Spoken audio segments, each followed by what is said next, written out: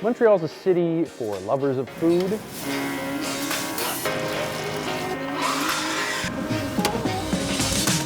It's a city that's got the second most restaurants per capita in North America.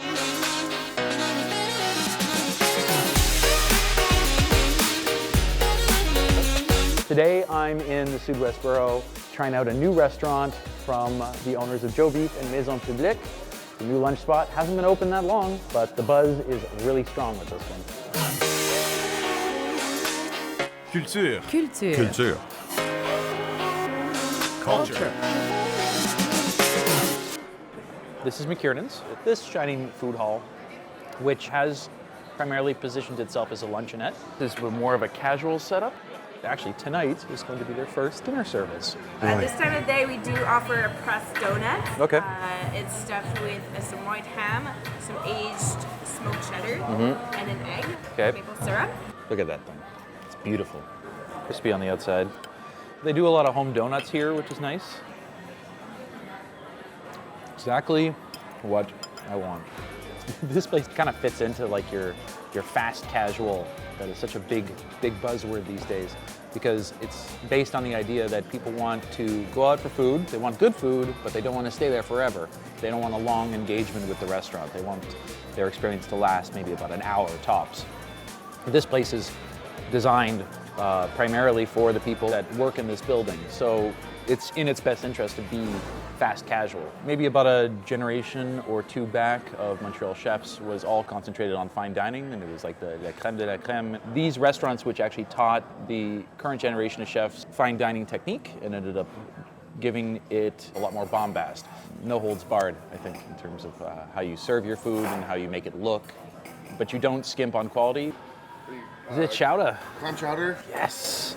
With salt and vinegar potato chips. Oh man, awesome. And then we do this thing here, it's kind of fun for vegetarians. So we take celery root and brine it, and then smoke it, slice it really thin. And then the bottom is homemade stracciatella, a bit of olive oil, and then the little crumble is actually celery root and potato, little crispy bits. Oh, that looks awesome. It's so good. I mean, how can you go wrong with a mound of dairy if you're into that sort of thing?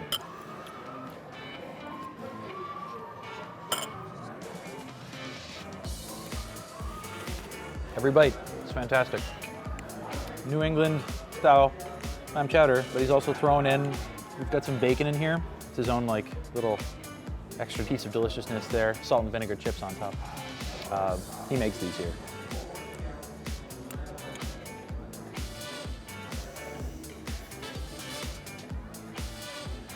There is a time and a place for chowder.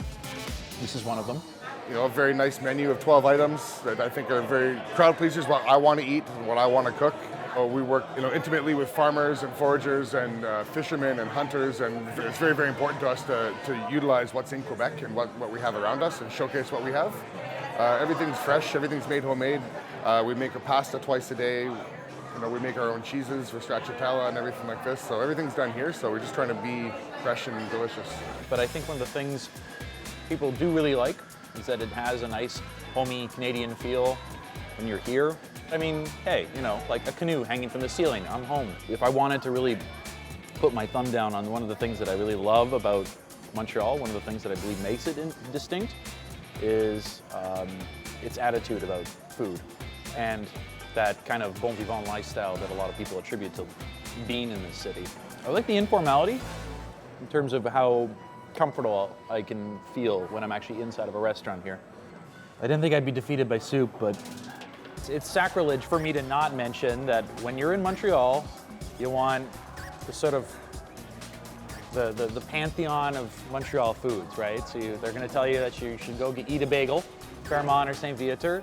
You should go eat smoked meat. Schwartz is always the first that comes to mind.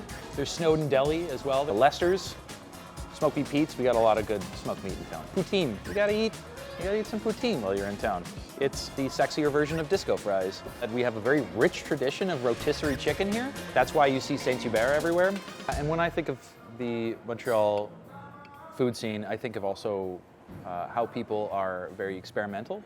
Not in like a weird molecular gastronomy kind of way, but it's just that People like to push folds, try out new things. Whenever a chef is like thinking clearly of a dish that is low down and dirty, like nachos and cheese or like a hamburger, and what they end up creating evokes that wonderful dish that you know all too well, but they've transformed it into something else. A tartare sandwich done in a donut. You guys did a donut this time? A donut now. Oh, I want to talk to you later. Going forward. Okay, all right. Oh man, it's so good. There's such a strong flavor of like onions, garlic, Dijon going in there. I don't know, personally, I love that stuff. It's like old man food. Die now, die happy. We have amazing diners here that are very adventurous and willing to try a lot of things and have fun, and we have the best dining scene, and I think in any of the cities I've lived in, we have the best dining scene in Montreal. Like I say, it's a fun time. It's big convivial tables, it's open, it's bright, all the things that Vermonters like, I think. Culture.